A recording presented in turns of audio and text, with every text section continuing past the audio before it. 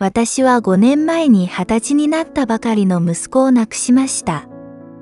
一人で知らない世界に行ってしまった息子が心配で、何とかして亡き息子の様子を知ることができないものか、と思った私は、ボイスレコーダーアプリで一晩中録音することを思いつきました。やってみると、嬉しいことに複数回にわたって、亡き息子の声を録音することができました。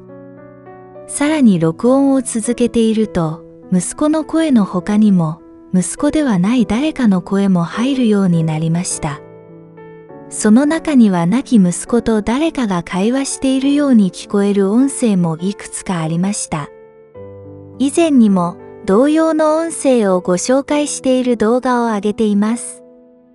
合わせてご覧いただけると嬉しいです。今回は2つの音声をご紹介いたします。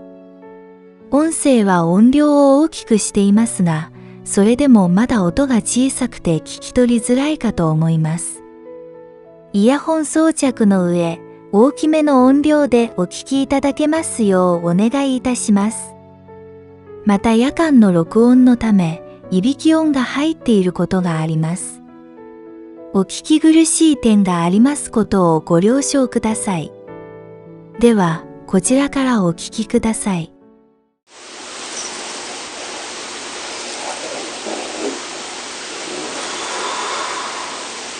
もう一度。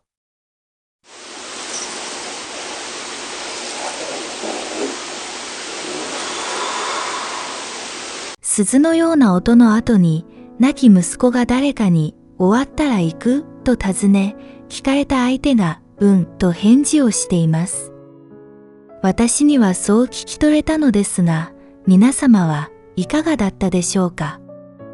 もう一度お聞きください。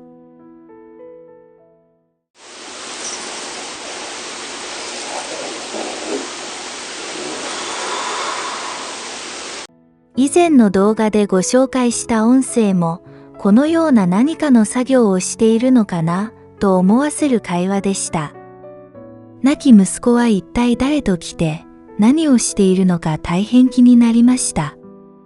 次にご紹介するのは、私の亡き父と思われる男性の声と会話する、亡き息子の声です。もともとのこの音声には、いびき音が多数入っていましたので、編集でなるべくその部分をカットしました。ですが、男性の喋る声といびき音が重なっている箇所があり、そこはカットしていません。私の夫のひどいいびき音をお聞かせして心苦しいのですが、ご了承いただけますようお願いいたします。では、どうぞお聞きください。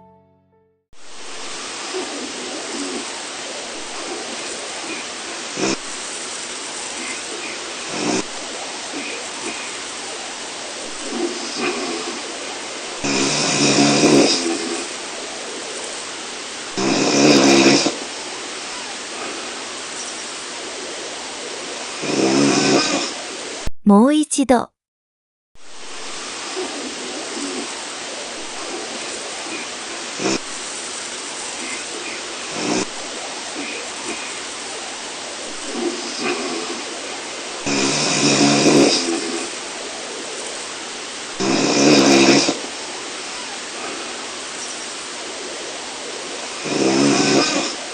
今回の亡き息子は幼少期の声です。息子がすぐ行くと尋ねると、父の声でうんと返事をしています。その後、息子の囁き声で、なあちゃん、なあちゃん、なあちゃんと入ります。そのすぐ後に、父と思われる声が何か喋っていますが、夫のいびき音に消されてしまい、何を言っているのかわかりません。その後、鈴のような音がした後に亡き息子が、マーマと言って終わります。私にはこのように聞こえました。皆様はいかがだったでしょうか。もう一度お聞きください。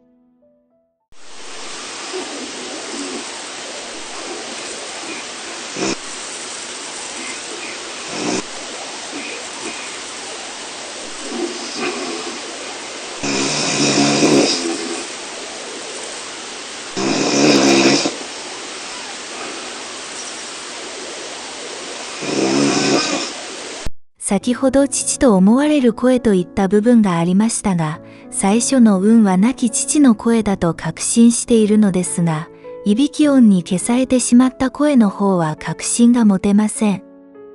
もしかしたら第三者がいたのかもしれません。私の父は息子が6歳の時に亡くなりました。その後、私たちはすぐに渡米し、息子は一度も日本に帰ることなく、生涯を終えました。音声の途中で出てくるなあちゃんというのは、息子のいとこの呼び名です。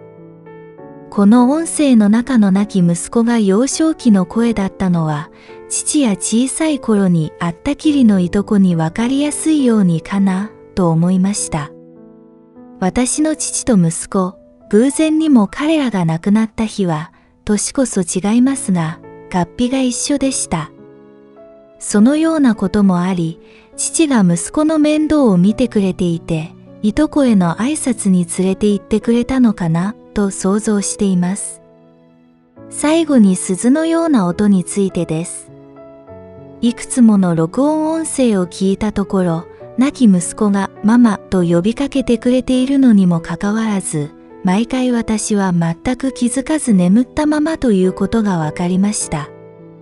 そこで、亡き息子に申し訳ないと思った私は、お線香を焚いて、私が起きるように鈴を鳴らすとか、大きな音を立てるとかしてみて、と頼んでみました。それがちゃんと亡き息子に伝わったらしく、その後から、音声の中に鈴のような音が時々入るようになりました。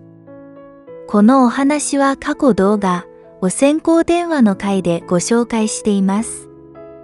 よろしければ合わせてご覧ください。最後までご視聴いただきありがとうございました。